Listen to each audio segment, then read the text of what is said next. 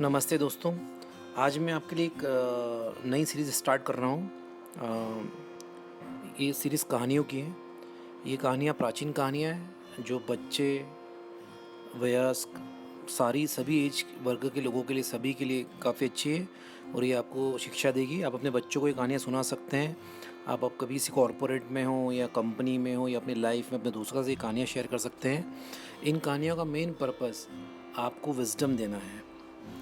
और जैसा कि आप सभी जानते हैं, प्राचीन काल से ही कहानियों का बहुत ज़्यादा महत्व रहा है, क्योंकि जो एजुकेशन सिस्टम था हमारा पुराना, शिक्षा देने का जो तरीका था वो सिर्फ कहानियाँ ही थी।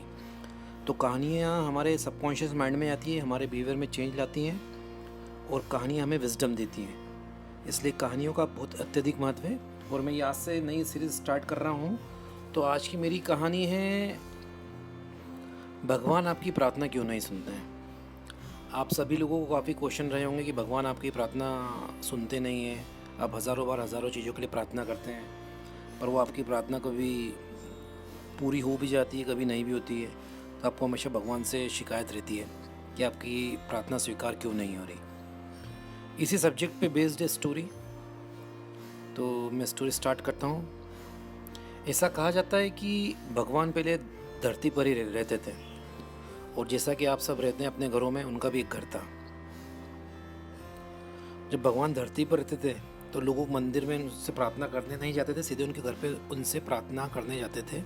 किसी भी चीज़ की कोई डिमांड होती थी तो एक दिन हुआ यूँ, भगवान सो रहे थे अपने घर में और सुबह सुबह अर्ली मॉर्निंग किसी ने नॉक किया।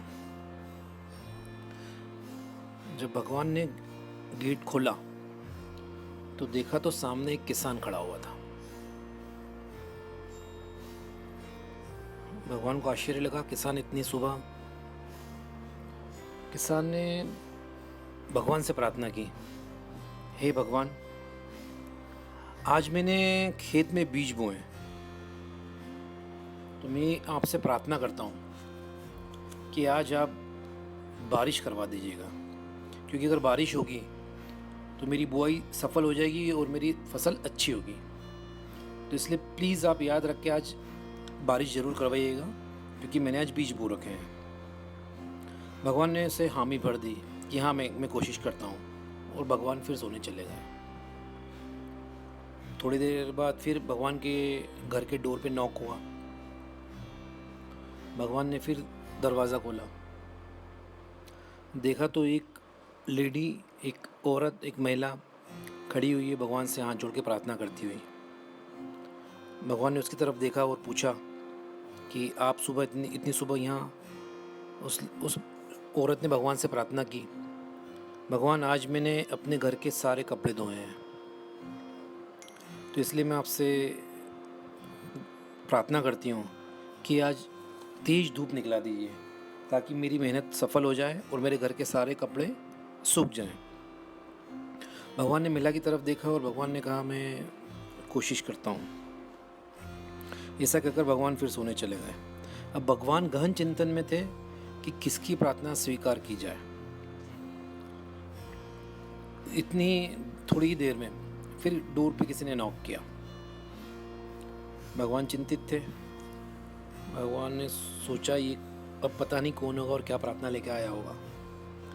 तो भगवान ने थर्ड टाइम गेट खोला, देखा तो एक फैमिली मेंबर्स खड़े हुए हैं, बीवी बच्चे सब एक साथ खड़े हुए हैं और सब काफ़ी खुश दिख रहे हैं। भगवान ने उनकी तरफ देखा तो उन्होंने भगवान से प्रार्थना की कि भगवान, आज काफ़ी समय बाद हमारी पूरी फैमिली एक साथ पिकनिक पे जा रहे हैं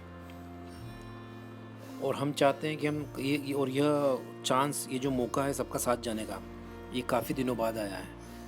तो हम आपसे प्रार्थना करते हैं कि आज मौसम सुहाना कर दीजिए, ना धूप निकले ना बारिश हो, एकदम प्लेजेंट मौसम कर दीजिए।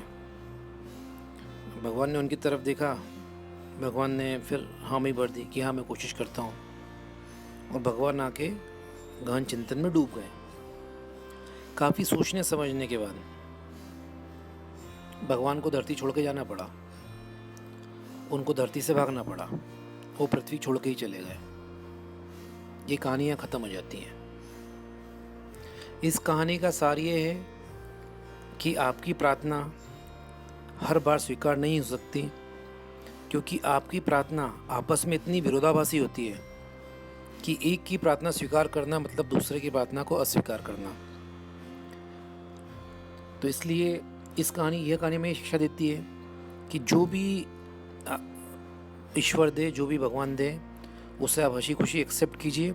कोशिश कीजिए बेस्ट से बेस्ट पाने की, और अगर वो नहीं मिलता है तो जो मिला है उससे संतुष्ट हो जाइए, क्योंकि हो सकता है भगवान अगर आपकी प्रार्थना सुन लेंगे तो किसी और की प्रार्थना अस्वीकार हो जाएगी, और किसी और की प्रार्थना सुन लेंगे तो आपकी प्रार्थना अस्वीकार हो जाएगी। बताइएगा मुझे स्टोरी कैसी लगी आपको, और अभी मेरी इन्हीं सब सब्जेक्ट्स पे और स्टोरी आएगी। आप ये स्टोरी शेयर कीजिए, अपने बच्चों को सुनाइए, फैमिली में शेयर कीजिए, सबको विजडम मिलेगी। द पर्पस इसका इन्फॉर्मेशन देना नहीं है, पर्पस है इसका आपको एक छोटी सी स्टोरी के माध्यम से नॉलेज देना। Thank you very much.